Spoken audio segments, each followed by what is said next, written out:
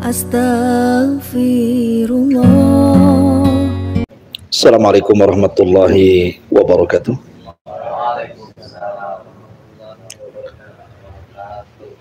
Alhamdulillah wassalatu wassalamu ala rasulillah wa ala alihi wa sahbihi wa mawalah wa la hawla wa la quwata illa billahi wa ba'du. Alhamdulillah di malam hari ini kembali bisa duduk di tempat ini, insyaallah mudah-mudahan menjadi jalan hidayah untuk kita.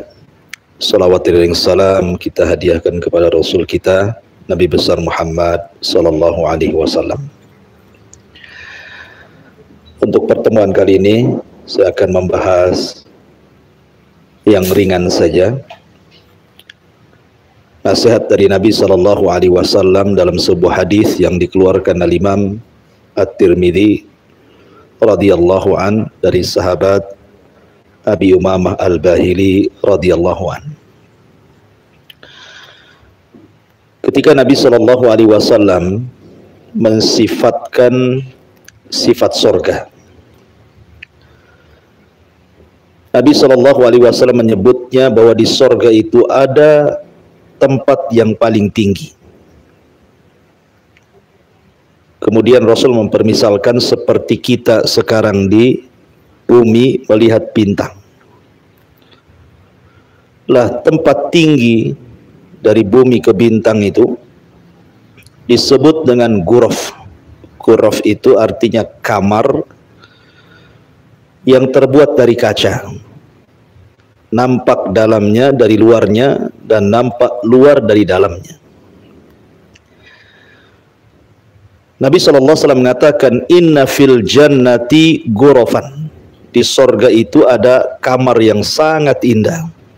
Kamar ini bukan istana, dia kamar. Istana sendiri, kamar sendiri.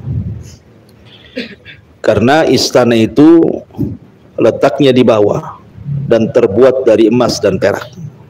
Makanya ketika Nabi SAW diizinkan masuk sorga, Nabi diperlihatkan sebuah istana yang sangat besar sekali, semua dari emas. Kemudian Rasul bertanya, untuk siapa? Kemudian diberitahu bahwa itu istananya Umar ibn al-Khattab radhiyallahu an. Jadi kamar ini bukan istana. Karena Nabi SAW mengatakan, inna ahlal jannah, sesungguhnya penduduk surga itu, la tara'auna ahlal ghuraf, mereka akan saling melihat dengan orang-orang yang tinggal di kamar-kamar indah itu. Jadi penduduk surga yang di bawah itu bisa saling memandang dengan penduduk yang tinggal di kamar-kamar indah di atas surga. Kemudian Nabi SAW mempermisalkan seperti kalian melihat kaukabun durriyah, bintang yang sangat bergemerlap di tengah malam. Nah, kita lihat bintang hari ini kan jauh sekali dari bumi ini. Bahkan ada bintang itu yang hanya titik gitu saja ya. Jadi letak kamar indah itu seperti itu. Dari surga ke kamar itu tingginya seperti itu. Artinya kamar ini memang kamar khusus untuk penduduk surga. Makanya Rasul mengatakan, inna fil jannati ghurafan. Di surga itu ada kamar-kamar indah. Faqama Arabi, maka seorang badui, Arab badui berdiri dan bertanya kepada Nabi SAW, liman hadal ghuraf, untuk siapa kamar-kamar itu wahai Rasul? Apakah untuk para nabi, ataukah untuk orang-orang siddiqin, orang-orang saleh, para syuhada, atau untuk siapa? Maka Nabi SAW menyebutkan 4 manusia. Pertama kata Nabi SAW, liman atabal kalam, orang yang lembut cara bicaranya. Yang kedua, wa at'ama ta'aman, orang yang suka memberi makan fuqara dan juga masakin. Kemudian yang ketiga, wa adama siyam, orang yang suka berpuasa. Dan yang keempat, wa shalla bil laili wan nasu niyam, dan salat di malam hari ketika manusia sedang tertidur. Taib, bicara tentang hadis ini, sebelum saya bicara tentang 4 kelompok tadi, saya ingin menjelaskan tentang sorga dulu, mengingatkan kita berselancar ke sorga dulu. Sorga itu adalah tempat yang Allah peruntukkan untuk orang yang bertakwa. Pertanyaannya, kenapa Anda di dunia sholat, sampai kapan selesai sholat? Anda puasa Ramadan, sampai kapan setiap tahun kita berpuasa terus? Kemudian orang bekerja, tahu-tahu disedekahkan kepada fuqara wal masakin yang nggak ada hubungan kerabat dengan kita, nggak ada hubungan dengan pekerjaan kita. Atau orang yang lelah letih sampai haji, umroh dan begitu seterusnya. Sampai kapan? Gitu ya. Tentu pertanyaan ini harus dijawab. Maka jawabannya, seorang mukmin tidak akan kenyang untuk beramal saleh sampai kedua kakinya menginjak surga. Nggak akan kenyang seorang mukmin itu sampai betul-betul kedua kakinya, bukan satu kaki, kedua kakinya masuk surga. Kalau sudah kedua kakinya masuk surga, aman dia. Wa man zuhziya 'anil nar wa udkhilal jannah faqad faz. Siapa yang dikeluarkan dari neraka dimasukkan ke dalam surga, berarti sudah sukseslah kehidupan dia. Lah, orang-orang yang masuk surga itu mereka akan berkumpul di pintu-pintu surga. Jadi orang yang terbebas dari titian siratal mustaqim itu, mereka akan berkumpul di pintu surga. Dan mereka jumlahnya banyak. Sampai-sampai Nabi SAW menggambarkan mereka berdesak-desakan di pintu surga. Padahal pintu surga itu luas. Jarak antara daun pintu ke daun pintu berikutnya itu perjalanan 40 tahun. Kan luas sekali, ya kan? Tetapi walaupun demikian, orang berdesak-desakan di situ. Kemudian orang-orang bertanya soal pintu itu. Ini pintunya siapa? Ini pintunya siapa? Karena pintu sorga itu ada namanya. Ya, ada pintu taubat, ada pintu solat, ada pintu puasa namanya pintu rayyan, ada pintu sedekah, ada macam-macam, dan semuanya 8 pintu. Kalau neraka kan 7 pintu. Kalau sorga itu 8. Kenapa dilebihkan 1? Untuk menunjukkan bahwa rahmat Allah itu lebih luas dibandingkan murkanya. Sebesar apapun dosa kita, kalau kita minta ampun, rahmat Allah luas, pasti diampuni. Menunjukkan bahwa dengan banyaknya pintu sorga dibandingkan neraka itu, bahwa ampunan Allah jauh lebih luas dibandingkan kemurkaannya. Lah, jadi pintu-pintu itu sudah disediakan. Lah, nanti masing-masing pintu itu akan memanggil kita sesuai dengan semangat Anda di dunia. Semangat ibadah apa? Kan ada orang semangat ibadah sholat tapi mungkin puasa kurang. Ada orang yang semangat puasa sedekah kurang. Ada orang yang sedekah semangat tetapi yang lain kurang. Jadi pintu itu akan memanggil kepada kita sesuai dengan apa yang kita lakukan di dunia dari ibadah itu. Jadi kalau kita ahli solat, maka pintu solat akan memanggil-manggil kita. Wahai ahli solat, kemari kau masuk, gitu ya. Wahai ahli puasa, kemari kau masuk, gitu. Terkadang ada satu orang dipanggil dari 1 pintu, terkadang ada satu orang dipanggil oleh 2 pintu, terkadang oleh 3 pintu, sampai ada satu orang dipanggil oleh 8 pintu. Jadi 8 pintu memanggil kita, terserah mau masuk dari pintu mana saja. Salah satunya adalah wanita yang mengamalkan 4 perkara, itu dipanggil dari semua pintu. Kata Nabi SAW, idza shallatil mar'atu khamsaha. Kalau wanita itu rajin sholat 5 waktu. Kenapa khitabnya kepada wanita bukan kepada laki-laki? Bukankah laki-laki pun diharap untuk rajin juga sholat 5 waktu kan? Kenapa dikhususkan perhatian sholat 5 waktu kepada perempuan bukan kepada laki-laki? Karena laki-laki tidak ada datang bulan. Kalau perempuan itu ada datang bulan dan sudah tahu kebiasaannya, udah tahu nih kebiasaan datang bulan, malah kemudian dia tidak perhatian dengan waktu sholat, lagunya nanti-nanti. Tahu-tahu setelah mau sholat datang dia bulan kan? Ya. Intinya bahwa kenapa didorong, karena ada waktu-waktu tertentu wanita itu datang bulan. Makanya diperhatikan oleh Rasul apabila seorang wanita betul-betul menjaga sholat 5 waktunya. Kemudian juga menjaga puasa Ramadannya. Sama, puasa Ramadan juga sama gitu ya, karena masalah datang bulan juga. Kemudian dia jaga kehormatannya.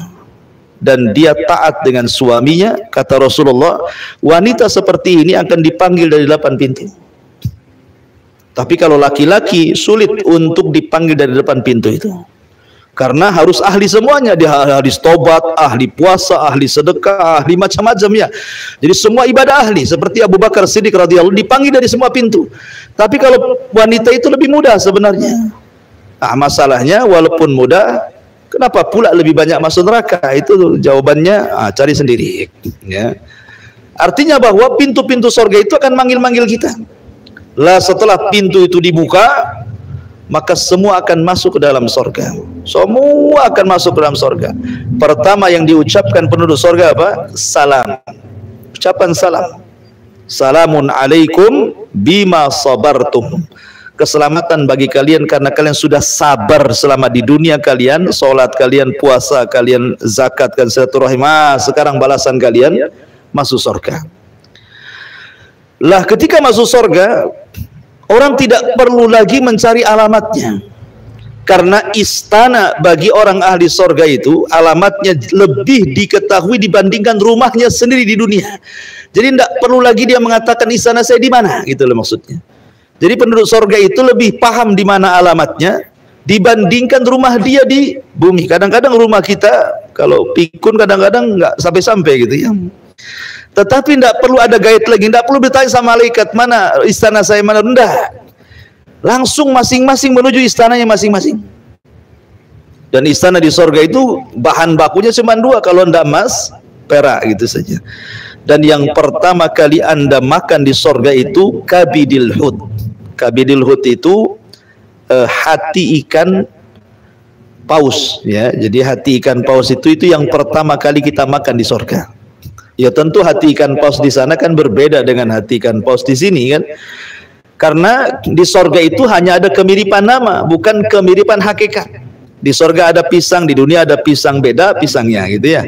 Di surga ada kurma, di sini ada kurma, beda. Di surga ada khamar, di sini ada khamar, beda. Di surga khamarnya kalau diminum lezat, di sini khamarnya kalau diminum paling tidak sakit kepala kan itu ya. Jadi beda. Termasuk juga ikan, hati ikan paus itu pertama kali dimakan oleh penduduk surga. Kemudian juga pertama kali minuman yang diminum adalah air jahe. Tentu beda lah air jahe di sini catering sana dengan sana ya. Ya. Jadi beda. Jadi intinya bahwa itu minuman dan makanan yang pertama diminum penduduk surga.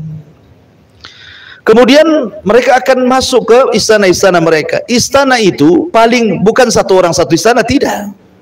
Minimalnya orang masuk surga itu dapat 2 istana. Paling sedikit. Penduduk surga yang masuk surga itu paling sedikit dapat 2 istana. Dari mana kita dapatkan? Dari Al-Quranul Karim. Allah mengatakan waliman khafa maqama rabbihi jannatan. Dan bagi orang yang takut kepada Allah di bumi, Allah sediakan 2 surga. Surga solid milik dia, memang dia mendapatkan hadiah 1 istana di surga, itu solid milik dia. Dan satunya warisan dari orang kafir yang masuk neraka dan tidak pernah kembali ke surga. Itu diwariskan kepada orang yang beriman. Tilkumul jannah uristumuha. Itulah surga yang diwariskan kepada kalian. Itu paling sedikit. Tapi ada yang punya surga 10, ada yang punya surga istana surga 100, 1000, banyak, ya kan? Karena membangun rumah di surga itu bukan ketika masuk surga kita bangun, tidak, tetapi membangunnya ketika kita di sini. Bagaimana caranya membangun istana-istana surga itu? Dengan cara beramal soleh. Yang paling mudah membangun istana surga adalah membaca qul huwallah 10 kali dalam sehari. Rasul mengatakan man qala qul huwallahu ahad asyra marrat fil yaumi wal lailah buniyat lahu qasrun fil jannah. Siapa yang membaca qul huwallahu ahad 10 kali dalam 1 hari 1 malam, maka itu cukup membangunkan bagi dia istana di surga. Coba bayangkan, qul huwallahu ahad itu kan bukan perkara yang sulit lah. Saya kira sudah hafal semua, itu sudah surat favorit kita ya. Setiap sholat itu aja yang dibaca kan. Maksudnya kalau kita membaca qul huwallahu ahad, bukan qul huwallahu ahad Allahu, bukan begitu sampai selesai lah.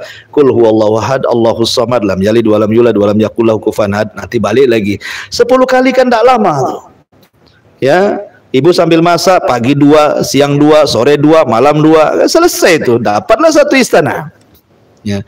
Masalahnya kan istananya nggak nampak, makanya nggak yakin kita ini. Coba kalau ditampakkan sekali baca Qul Huwallahu 10 kali, tiba-tiba di samping sudah ada kos-kosan, saja nggak usah istana, ya kan? Itu udah senang kita. Jangan istana, kos-kosan 2 kali 3 saja cukup. Nanti besoknya buat lagi, nggak usah perlu tukang. Baca Qul Huwallahu 10 kali, tentu ada samping-sampingnya itu kan. Itulah, ini sebenarnya i'tibar ujian bagi kita tentang sesuatu yang gaib. Ya kan? Kalau orang yakin pasti dia akan lebih banyak membangun istana di sorga. Atau orang yang membangun rumah Allah di bumi seperti masjid, musola, Allah bangunkan rumah di sorga. Ya. Ataupun taman-taman di sorga itu kita yang membuatnya sekarang. Seperti Rasul mengatakan, barang siapa yang mengucapkan subhanallah, maka Allah tanam 1 pokok kurma di sorga. Ya kan, membaca 1 kata subhanallah saja, sudah Allah tanam 1 pokok di sorga. Kalau kita baca subhanallah sampai 100 kali, ya 100 pokok lah kan itu. Jadi semua yang ada di sorga itu kita bangun di dunia, baik taman-tamannya, baik istananya, baik sungai-sungainya, karena sorga itu ditentukan dengan amal kita, walaupun masuknya ditentukan dengan rahmat Allah Subhanahu wa Ta'ala. Intinya bahwa ketika orang masuk ke dalam sorga itu, yang pertama diperlihatkanlah istana, dan istana itu tentu tidak akan indah kecuali ada sungainya. Ya, makanya kita lihat kalau zaman sekarang kan, ada rumah bagus, di sampingnya ada sungai jernih, ada taman-taman, udah kayak di sorga saja. Ya. Tapi sorga tentu tidak seperti yang dibayangkan, ditiru di dunia. Tidak bisa orang niru sorga di bumi ini. Kenapa? Karena terbatas. Sehebat apapun orang meniru sorga itu, sorga menyelisih tiruannya. Karena sorga itu tidak bisa dibayangkan kenikmatannya, tidak pernah dilihat, tidak pernah didengar, terlintas pun tidak bisa. Macam mana akan meniru sorga? Karena dulu ada seorang raja namanya Shaddad ibn Aus di zaman kaum Ad, di zaman kaum Ad, Nabi Hud alaihi salatu wassalam. Itu rajanya namanya Shaddad ibn Aus. Ya. Dia, karena Nabi Hud itu selalu cerita tentang surga. Kalau berdakwah itu suruh beriman, nanti masuk surga, nanti nikmatnya begini. Lah Shaddad ini berpikir, aku juga bisa buat surga katanya. Dia betul-betul buat surga itu. Istana di langit, ya, dengan kekuatan dia kerahkan tukang-tukang sihir, semua arsitek bangunan semua gitu ya dibuat. Tetapi dia hanya untuk menandingi surga Allah Azza wa Jalla. Akhirnya Allah Subhanahu wa Ta'ala binasakan dengan surga-surga dianya. Tidak ada orang yang bisa buat surga itu. Surga itu hanya satu kelak di akhirat gitu ya. Jadi keindahan surga itu luar biasa. Dan surga itu juga ada tingkatan-tingkatannya. Dan tingkatan sorga itu, satu tingkatan ke tingkatan berikutnya itu perjalanan 500 tahun. Jadi antara langit dan bumi itu satu tingkatan. Nanti dari langit ke bumi 2 tingkatan lagi. Jadi tingkatan sorga dengan sorga itu seperti itu tingkatannya. Dan jumlahnya itu sebanyak ayat dalam Al-Quran. Berapa ayat dalam Al-Quran? 6.500 kurang lebih kan ayat dalam Al-Quran itu. Pernah menghitung? Ya, nggak usah dihitung lah. Nggak sempet juga ngitung itu. Baca aja nggak sempet mau ngitung ayatnya pula satu-satu. Gitu.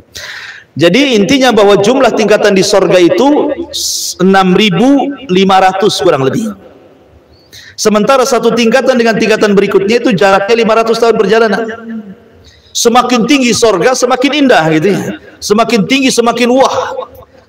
Lah di sorga itu rupanya ada istana di bawah dengan sungai-sungai madunya, dengan sungai susunya, dengan sungai khomernya, belum lagi mata air yang memuncrat dari bumi, belum lagi air terjun yang memuncrat dari atas gitu ya, belum taman-tamannya dan macam-macamnya, sampai satu pohon itu naungannya tidak lepas 100 tahun berjalan pakai kuda balap. Jadi ada satu pohon namanya pohon tuba itu di sorga itu. Jadi kalau kita memacu kuda balap tuh 1 tahun sampai di mana tuh jaraknya? Itu naungannya, bayangannya itu tidak akan terputus tuh. Kita saja di depan rumah punya pohon mangga, rindang gitu ya. Kayaknya enak kita dikasih duduk-dudukan depan rumah itu. Tapi kalau matahari sudah bergeser panas, malaslah duduk di situ kan itu. Kenapa? Karena terbatas bayangannya. Tapi di sorga itu bayangannya 100 tahun perjalanan berkuda, nggak hilang-hilang bayangannya kan. Seperti apa pohonnya itu? Ya. Itu baru satu pohon namanya pohon tuba tuh. Belum pohon-pohon yang lainnya. Lah di atas istana itu ada kamar. Kamar itu terbuat dari kaca yang kita sebutkan hari ini. Rasul mengatakan inna fil jannati ghuraf, di sorga itu ada kamar. Tura dhahiruha batinuha wa batinuha dhahiruha. Di mana kita bisa melihat dari dalam keluar atau dari luar ke dalam, saking jernihnya, saking putihnya, saking cerahnya kamar itu sehingga kita bisa melihat. Jadi penduduk sorga ini yang di bawah mampu melihat menembus kamar-kamar yang ada di atas itu. Padahal jaraknya antara langit dan bumi itu, antara di bumi dengan bintang. Tapi bisa lihat keindahannya. Makanya kenapa hari ini, kenapa orang mau ningkat rumah coba? Ingin 2 tingkat, 3 tingkat.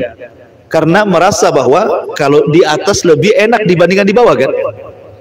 Makanya kenapa villa-villa itu di atas bukit? Yang mahal bukan villanya, view-nya yang mahal itu. Mungkin harga bangunannya mungkin 1 M gitu ya, dijual 1 triliun gitu ya. Bukan harga bangunannya, berapa harga bangunan? Yang mahal view-nya, pemandangannya itu yang mahal tuh. Nengok ke bawah, wah, ada hamparan sawah, ada kolam, ada macam-macam. Itu yang buat mahal.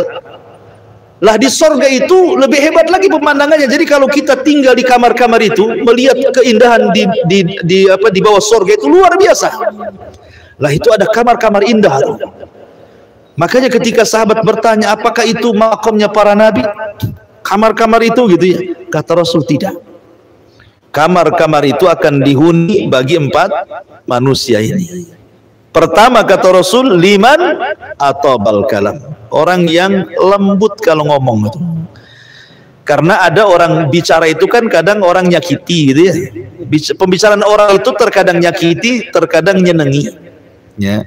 Terkadang nyelekit, terkadang enak didengar gitu. Itulah ucapan orang. Ya. Terkadang kita buat tertawa, terkadang buat menangis. Terkadang buat Allah murka, terkadang buat Allah bahagia. Itulah ucapan manusia. Ya. Makanya kenapa dari seluruh fisik manusia dari kepala sampai ke kaki yang paling banyak dosa itu lisan. Yang paling banyak dosa lisan. Ya. Kalau kaki paling nendang orang atau melangkah ke tempat yang haram, mata memandang yang haram, telinga mendengar yang haram. Tapi kalau ngomong mulut ini semua ada tuh. Semua ada. Ya. Di pasar orang yang bersumpah palsu yang ngomong lisan juga yang bersumpah gitu ya. Orang maki-maki orang, orang bunuh-bunuh orang itu gara-gara lisan, semua gara-gara lisan. Makanya kenapa Rasul mengatakan kepada Mu'adz, sakilatka ummuka ya Mu'adz. Celaka wahai ibu wahai Mu'adz. Orang kebanyakan masuk neraka itu gara-gara lisan. Ya. Coba bayangkan di zaman Nabi sallallahu alaihi wasallam. Nabi sallallahu alaihi wasallam ketika itu berbincang dengan Aisyah radhiyallahu anha, istri tercintanya itu. Tiba-tiba Aisyah radhiyallahu nyeletuk, nyindir madunya, namanya Safiyah. Safiyah bintu Huyai. Safiyah itu orang Yahudi. Ya. Kemudian menikah dengan Nabi sallallahu alaihi wasallam. Orangnya pendek, putih, cantik gitu loh. Aisyah cemburu. Tiba-tiba kemudian Aisyah radhiyallahu anha ngomong di hadapan Rasul, "Ya Rasulullah, hasbuka an Safiyah kada wa kada." Cukuplah Sofia itu begini, pakai tangannya mengisyaratkan begini. Maksudnya apa? Sofia itu pendek, aku tinggi gitu maksudnya. Dia berbangga dengan badannya, ya, dengan badannya dan mengejek badannya Sofia. Sofia pendek Rasul. Dia cantik tapi pendek dia. Aku cantik tinggi loh gitu bahasanya ya. Tapi bagi Nabi perkataan seperti ini perkataan ghibah. Sebab kalau Sofia dengar kan tidak suka dia. Soal pendek tinggi itu takdir Allah. Makanya Rasul mengatakan kepada Aisyah, diam wahai Aisyah, laqad qulti kalimatan law muzizat bihal bahru lamazazathu. Engkau sudah mengucapkan satu kalimat, kalau kau lempar satu kalimat ke dalam air lautan, semua tercemar satu lautan dunia ini. Pada saat sampah satu kota Batam dilempar ke lautan belum tentu tercemar satu lautan dunia. Tapi satu kalimat ghibah itu mencemarkan semuanya. Menunjukkan apa? Dosa lisan ini bahaya. Bisa memperkeruh suasana, laut aja bisa keruh apalagi suasana. Jadi Nabi SAW memberikan arahan pertama, lembutkan bicara. Nah, maka dari sekarang latih untuk mengambil kosakata yang baik gitu ya. Kemudian yang kedua kata Nabi SAW, wa at'ama ta'am, memberi makan fakir miskin. Ali radhiyallahu an Suatu ketika pernah bernadar kalau putranya Hasan atau Husain sedang sakit, kalau sembuh dia akan puasa. Allah takdirkan sembuh tuh Hasan tuh. Akhirnya puasa Ali. Puasa nadar 3 hari berturut-turut. Ketika dia berpuasa, Fatimah istri beliau berusaha untuk membahagiakan suaminya. Akhirnya dia bekerja kepada seorang Yahudi, mendapatkan upah dan upahnya diberikan makan, kemudian dihidangkan untuk berbuka suaminya Ali radhiyallahu anhu. Ketika sudah dimasak masakan enak, sudah mendekati maghrib, tiba-tiba kemudian pintunya diketuk. Assalamualaikum. Waalaikumsalam. Pas dibuka, rupanya yang datang siapa? Orang miskin, orang susah, lagi lapar.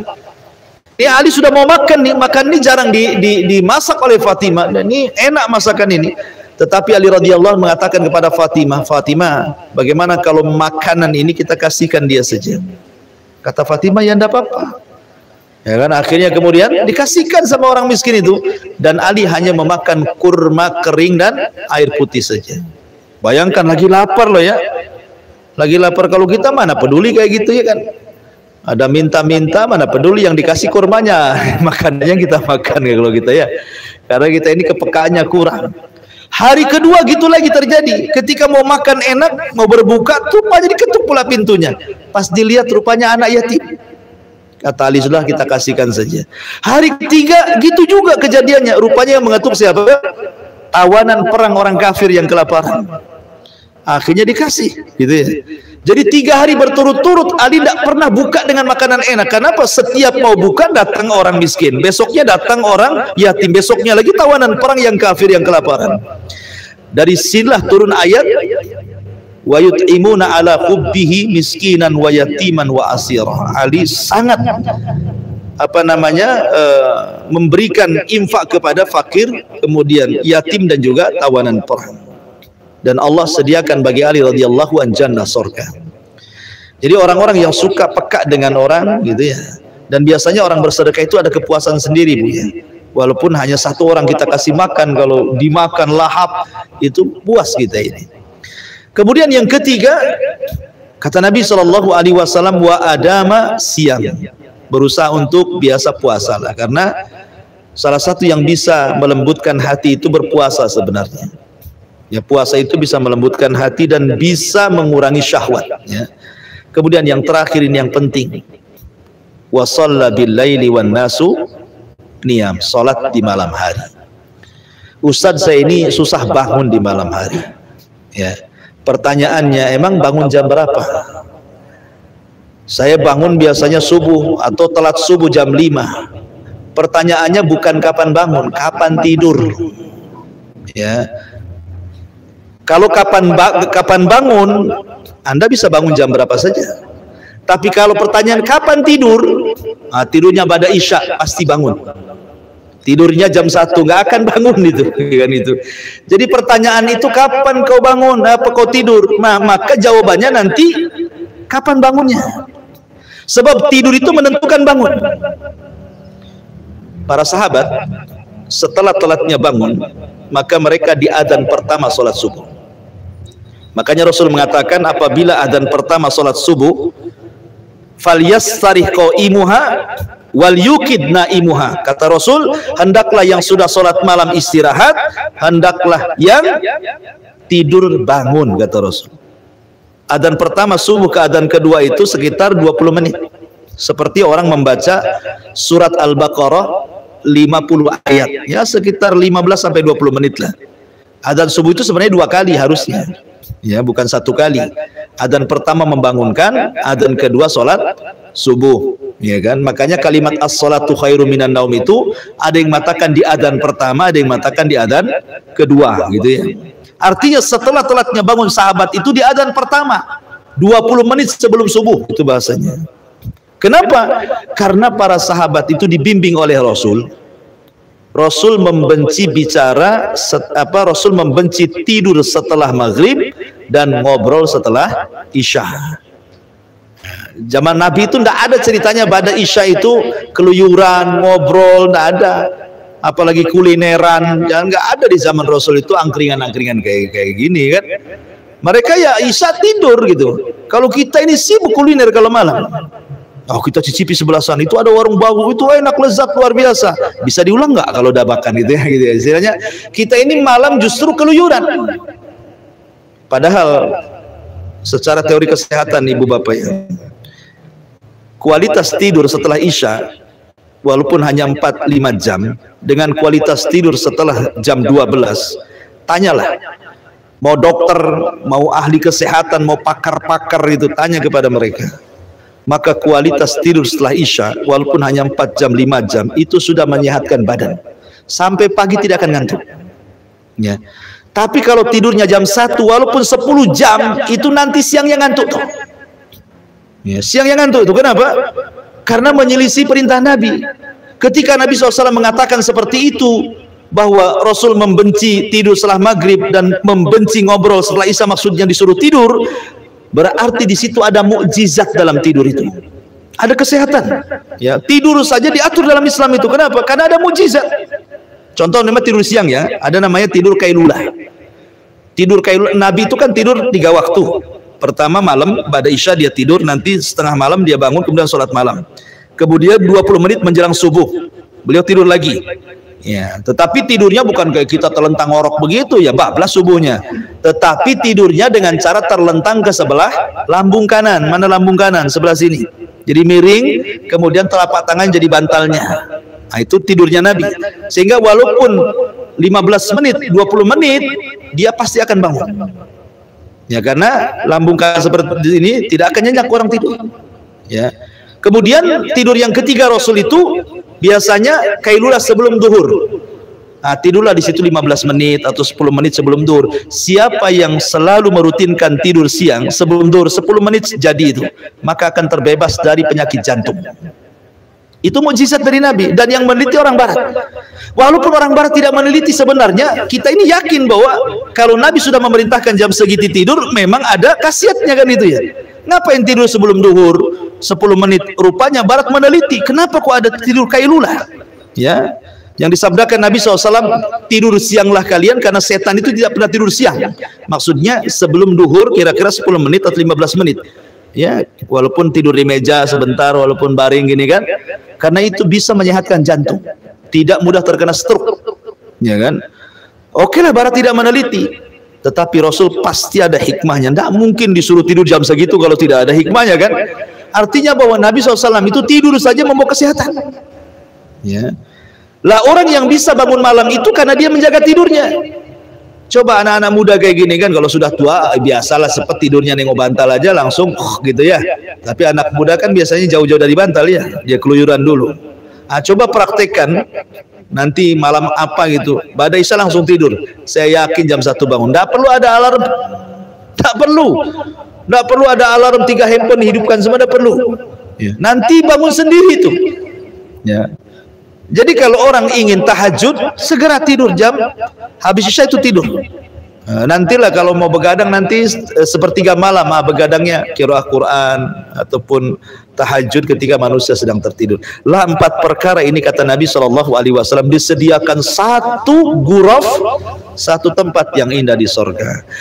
Wallahu alam, ini diantara keterangan hadis Nabi SAW karena sudah hampir jam 9. Taib, kita buka tanya jawab sedikit. Silahkan kalau ada yang mau bertanya.